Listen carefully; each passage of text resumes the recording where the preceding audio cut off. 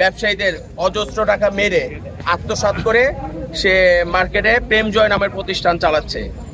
ব্যবসায়ীরা তার কাছে টাকা চাইতে গেলে সে দোকানে ঢুকতে দিতেছে না। সে বর্তমানে গাউসিয়ার সভাপতি পদে আছে, সে মার্কেটে ঢুকতে দিতেছে না। তার ক্ষমতা বল কি, সে তাপসের নির্বাচিত সভাপতি গাউসিয়ার।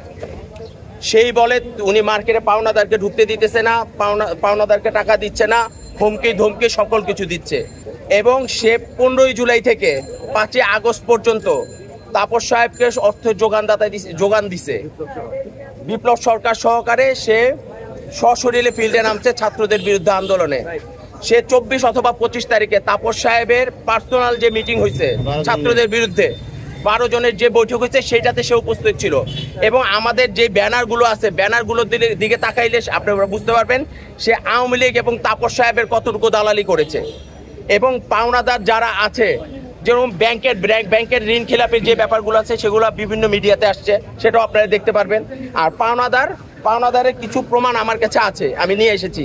এবং একজন ইন্ডিয়ান ব্যবসায়ী এই আপনাদের মিডিয়ার মাধ্যমে সে জেনে আজকে মাত্র বাংলাদেশে ল্যান্ড করেছে, মাত্র এসেছে।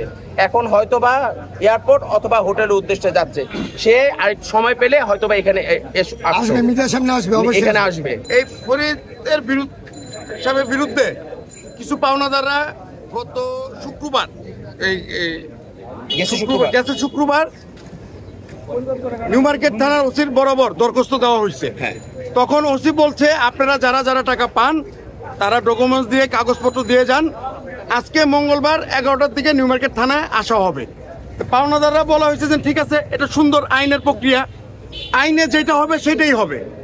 তো উনি এই 11 তারিখ ওসি সাহেব এই দরখাস্ত নিচ্ছে, এমনকি নিউ মার্কেট থানার ওসি স্যার বলছে আজকে 11টা বাজে পাওনাদারকে নিয়ে বসবে। সে সেইখানে 11টা বাজে না বলে সে এখানে একটা সংবাদ সম্মেলন দেখা, মিথ্যা প্রচারণা যে তার কাছে মানুষ চাঁদা চাইছে। আমার একটা প্রশ্ন, এই বাংলাদেশে 500 লোক নিয়ে মানববন্ধন করে কেউ চাঁদা চায়?